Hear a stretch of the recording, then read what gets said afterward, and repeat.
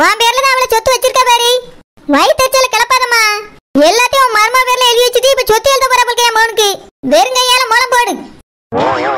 இல்லம்மா சரோஜா, என் மர்மோட்ட போய் நான் ஒரு வார்த்தை சொன்னா போதும், உடனே சொத்து எல்லாத்தையும் பேரனுக்கு எழுதி வச்சிருவா. ஆமா, பேரனுக்கு எழுதி வச்சுட்டு அவ தெருவுல போவா. இங்க பாருமா, நீ செஞ்ச தப்புக்கு இப்ப சரி பண்ணிடலாம். நீ அலையாத. நீ நினைக்கிறது எதுவுமே நடக்க போறதும் கிடையாது. நடக்காத, என்கிட்ட பேசவும் பேசாத. நானே வயிற்றுச்சல்ல இருக்கேன். ஏமா என்னாச்சு? அந்த ஜோசியக்காரன் என் பிள்ளைக்கு நான் ஆசைப்பட்ட மாதிரி கல்யாணம் நடக்காதுன்னு சொல்லியா? நான் என் பிள்ளை கல்யாணத்தை எப்படிலாம் பண்ணான்னு கனவு கண்டு வச்சிருந்தேன். நான் கோடீஸ்வரி ஆகி கோடி கோடியா செலவு பண்ணி என் மகனுக்கு கல்யாணம் பண்ணான்னு ஆசைப்பட்டுக்கிட்டு இருந்தேன். என் ஆசையில ஒரு வண்டி மண்ணள்ளி போட்டான். அவன் இஷ்டப்படிதான் கல்யாணம் நடக்குங்க, என் இஷ்டப்படி நடக்காதுங்க. அதனால போலி ஜோசியரா இருப்பார் போல இருக்கு. நம்ம வேற யார்ட்டையா போய் பாப்போம். இல்லம்மா சரோஜா, சுத்தப்பட்ட கிராமம் முழுக்க அவர்கிட்ட தான் போய் ஜோசியம் பாக்குது. அது மட்டுமா அவரு டிவில எல்லாம் ஜோசியம் சொல்லுவாரா? அப்படியே அப்ப போலிதான். சும்மா இருமா, டிவில வரவரு நல்லவரா தான் இருப்பாரு. ஆமா, டிவில வரவியல உனக்கு நல்லவிய, தெருவுல வரவியல கெட்டவிய.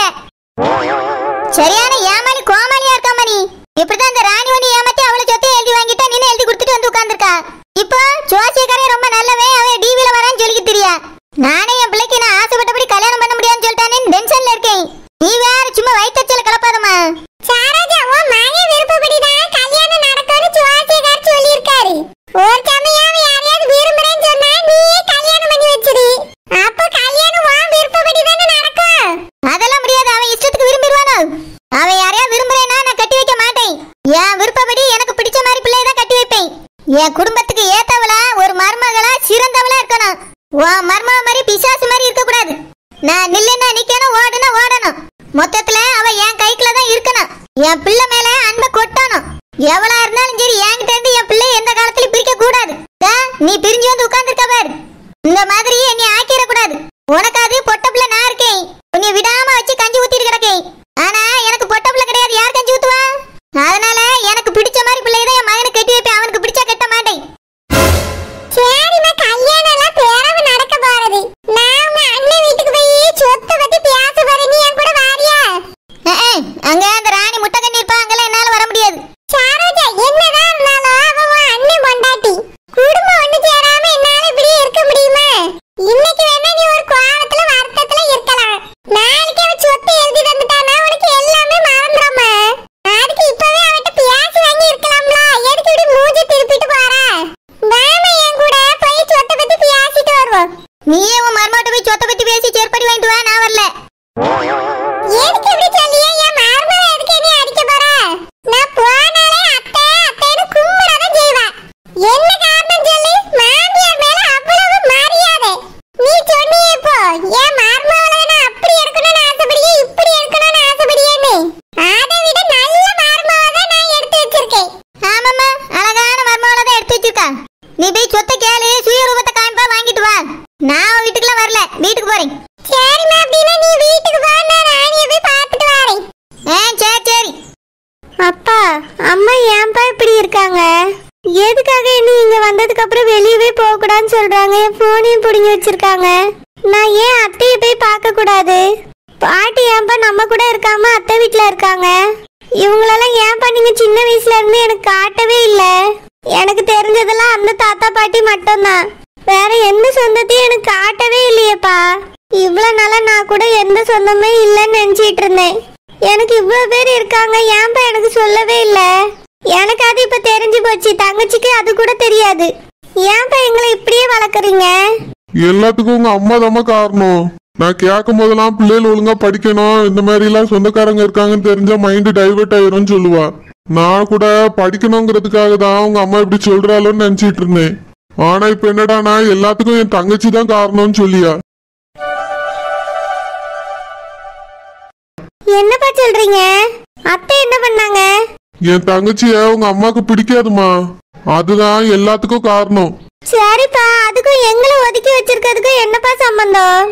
இப்ப கூட அம்மா என்கிட்ட பாசமா பேச மாட்டாங்க. போனை வேற புடுங்கி வச்சிருக்காங்க.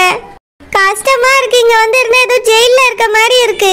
நான் கூட ரொம்ப நாள் கழிச்சு நம்ம வீட்டுக்கு வரோம், ஜாலியா இருக்கலாம்னு நினைச்சு வந்தேன்.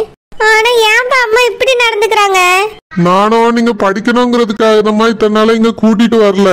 உங்க அம்மாவும் என்கிட்ட அப்படிதான் சொன்னான், பிள்ளைகள் ஒழுங்கா படிக்கணும், அங்க எங்கன்னு கூட்டிட்டு சுத்தக்கூடாது அப்படின்னு. அதனாலதான் நான் அங்க வந்து பாத்துட்டு வந்துருவேன். ஆனா இப்பதான் ஒரு உண்மையை சொன்னான். என்னதுப்பா, நான் உங்க பெத்த பிள்ளை இல்லையா? ஏமா அப்படி நினைக்கிறா? அப்படிலாம் எதுவும் இல்ல.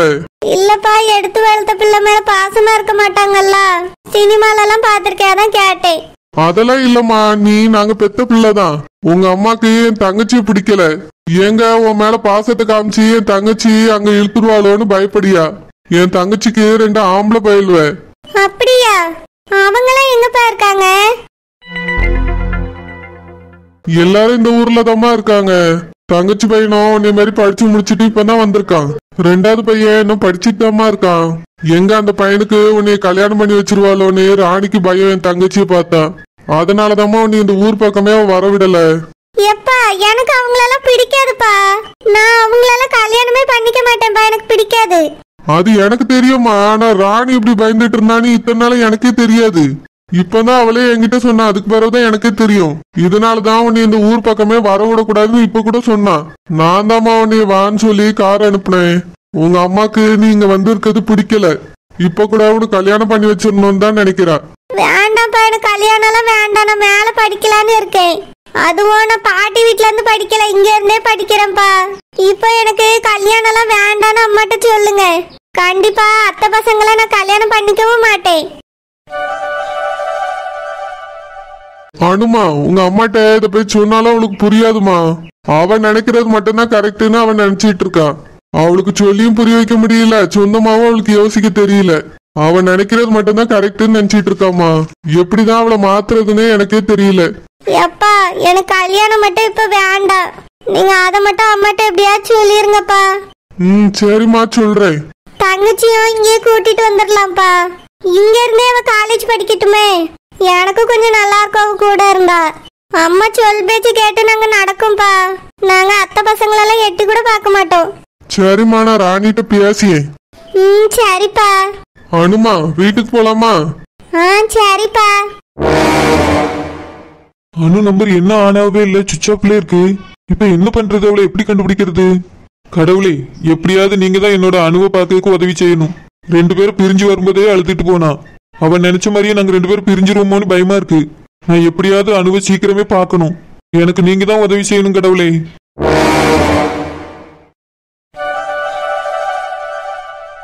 அனுமா, உனக்கு சாப்பிட ஏதாவது வேணுமாம்மா? இல்லப்பா, வேண்டாம். ஏமா, வேற ஏதாவது வேணுமான்னு சொல்லு, வாங்கி தரேன். இல்லப்பா, எதுவும் வேண்டாம், வீட்டுக்கே போலாம். சரிம்மா, கார்ல ஏறு. சரிப்பா. கார்ல ஏறி போன பொண்ணை பார்த்தா அனு மாதிரியே இருந்தது. அனு எப்படி இந்த ஊர்ல, அதுவும் கார்ல ஏறி போறா? அது அனுவா இல்ல வேற பொண்ணா? ச்சே, முகத்தை ஒழுங்கா பாக்கலையே. ஆனா தூரத்துல இருந்து பார்க்கும்போது அனு மாதிரியே இருந்துச்சே. நான் கூட கடவுள்கிட்ட வேணும்னே அனுவை பார்க்க வச்சுட்டாரோன்னு நினைச்சிட்டு வந்தேன். ச்சே, கொஞ்சம் பிந்திட்டனே. இருக்காது, அனு எப்படி இந்த ஊருக்கு வருவா? வேற பொண்ணாதான் இருக்கும். எனக்கு தான் அனு ஞாபகமாவே இருக்கிறதுனால அப்படி தோணுதுன்னு நினைக்கிறேன். எங்க போனா என்ன ஆனானே தெரியலையே. போனை வேற சுவிட்ச் ஆஃப் பண்ணி வச்சிருக்கா. அனு இப்படி எல்லாம் செய்ய மாட்டாள, என்னவா இருக்கும்? அவளுக்கு என்ன ஆயிருக்கும்? பால் இருக்கும், பழம் இருக்கும், பசி இருக்காது, பஞ்சனையில் காத்திருக்கும், தூக்கம் வராது, தூக்கம் வராது. என் அழகி, நீ பக்கத்துல இருக்கும்போது தூக்கம் வரலமா, மயக்கமே வருது.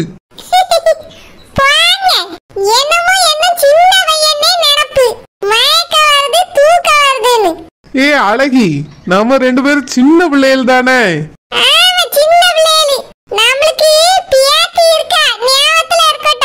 பேத்தி இருந்தா நம்மளுக்கு என்ன வயசாயிட்டுன்னு அர்த்தமா? கல்யாணத்தப்ப எப்படி இருந்தியோ அப்படியே நீ இருக்கா. நானும் அப்படியே இருக்கேன். ஒரு முடி உனக்கும் கற்கையில எனக்கும் கற்கையில. நம்மளுக்கு 2 பிள்ளைகள் பிறந்து கட்டி கொடுத்துட்டோங்கிறதுக்காக நம்மளுக்கு வயசாயிட்டுன்னு அர்த்தமா?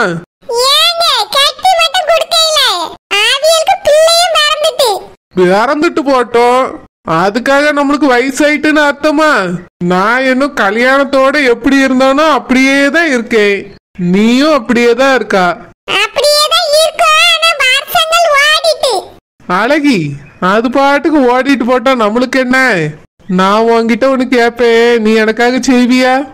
என்னது அடக்கு மடக்க கேட்றாதங்க. கேப்பேன், செய்வியான்னு கேட்டேன். ஜேஜே கேளுங்க செய்யே. நல்ல வயிறு ஃபுல்லா சாப்பிட்டாச்சு. அதுக்கு என்ன பண்ண சொல்றியே? உன் கையால என் கையால நம்ம வளவுக்குள்ள போய் வெத்தலை செடி இருக்குல்ல, ஆமா இருக்கு. அதுல ஒரு 4 வெத்தலையை பறிச்சுட்டு வந்து உன் கையால வெத்தலை பாக்கு சுண்ணாம்பு வச்சு தந்தேன்னா தின்னுட்டு நான் பாட்டுக்கு வேலைக்கு ஓடிடுவேன். இந்த வெத்தலைக்கு தானக்கா. அழகி வேற என்ன ஆசைப்பட்டா? போங்க, கேளவனுக்கு ரொம்பதான் ஈரமா ஊஞ்சல் ஆடுது. அழகி ஓ வாயால கிளவன்னு சொல்லாத. பேர வேணா உங்களுக்கு கோமரன்னா சொல்ல முடியும். நம்மளுக்கு பியாத்தி இருக்க வேற எப்படி சொல்ல முடியும்? கேளவன் தான் சொல்லணும் இனி. நீ கிளவன்னு சொன்னா எனக்கு வயசான மாதிரி தோணும். அழகி என்னைய மாமான்னு கூப்பிடு. ஆமா, இத்தனை வருஷத்துக்கு மேல மாமா கோமான்னு கூப்பிடுயே. கிண்டல் அடிக்கிறதுக்கு உங்க மார்மாவும் ஒருத்தி போதும். ஊரெல்லாம் போய் எங்க மாமியார் எங்க மாமனார் மாமா மாமான்னு கூப்பிட்டுட்டு அவனு விதைச்சிட்டு வந்துருவா. நீ முன்னாலே நீ மாமான்னு தானே கூப்பிடுவா. மார்மா வந்த பிறகு கூட மாட்டேங்க எதுக்கு? மார்மாவை கிண்டல் அடிப்பான்னு கூட மாட்டேங்க. அவ கிடக்கா இங்க பாரு அழகி, நீ என்னைய மாமான்னு கூப்பிட்டாதான் அவ புருஷனை மாமான்னு கூப்பிடுவா. ஒரு அண்டர்ஸ்டாண்டிங் வரும்ல, நீ கூப்பிடு. அண்டர்ஸ்டாண்டிங் தானே உங்க மார்மாவுக்கு நல்லா வந்துரும். அவளை பொறுத்த வரைக்கும் வீடு வீடா போய் கதை விடணும். வைனிகாரிட்ட போய் குழம்பு வாங்கிட்டு வந்து இங்க வச்சிரணும். நான் போய் சாரஜாட்ட சத்தம் போட்டுட்டு வந்துட்டேன். இனி குழம்புலாம் கொடுத்தா நல்லா இருந்துடான்னு சொல்லிட்டேன். அழகி எதுக்கு அப்படி சொன்னா?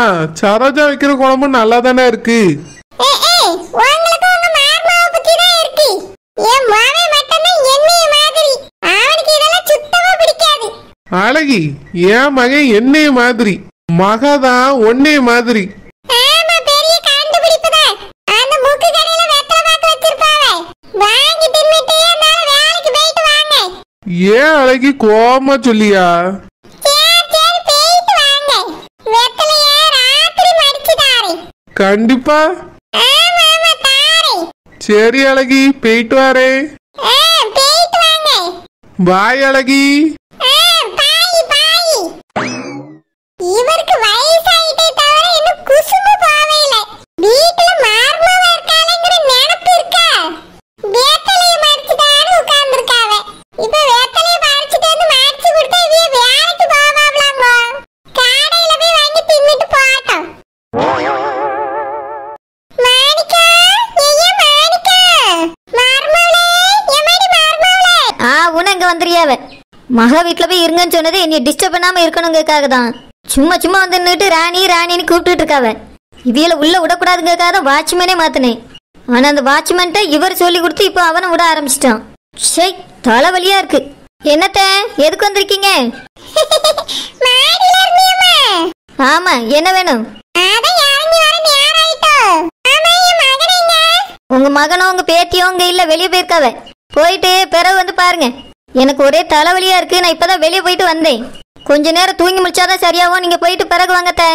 எம்மாடி மார்மாவளே, வாங்கிட்டதாம ஒரு முக்கியமான விஷயம் பேசிட்டு போலான்னு வந்தேன். தலை வலிக்குதுன்னா அத்தை வேணா காபி டீ ஏதாவது போட்டு தரட்டுமா? இல்லனா தைலம் போட்டு நல்லா தேய்ச்சி விடட்டுமாம்மா? ஆவி பிடிச்சாலும் உடனே கேட்றோம். தலையில நீர் ஏதாவது கோத்திருக்குமா இருக்கும். எனக்கு அப்படிதான் போன வாரம் நான் மழையில நனைஞ்சு விட்டேன்ல. நீர் கோத்துட்டு ஒரே தலைவலி எடுத்துட்டு சாராஜாதான் ஆவி பிடிச்சு விட்டா அதுக்கு பிறகு சரியாச்சு. அது மாதிரி உனக்கு ஆவி பிடிச்சிருவாமா? ஷோ எத்தை, எனக்கு ஏற்கனவே தலைவலியா இருக்கு. உங்க கதையெல்லாம் இப்ப என்னால கேட்க முடியாது. கொஞ்சம் போயிட்டு பிறகு வந்து பேசுங்க. ராணி, ரொம்ப முக்கியமான விஷயமா உன்னை பார்த்து உடனே சொல்லிட்டு போலான்னு வந்தேன். நீ கொஞ்சம் கேக்குற? வந்து உட்கார்ந்து வா சோபால. அத்தை தைலம் போட்டுட்டே விஷயத்தை சொல்லி. ஒன்னும் வேண்டாம். என்ன விஷயம்னு சொல்லுங்க. ஆமா, என் மகனும் பேத்தி எப்போ வருவாங்க? அவ 2 பேரும் எப்ப வேணாலும் வந்துட்டு போறவ. நீங்க என்ன விஷயமா வந்து அதை சொல்லுங்க. அது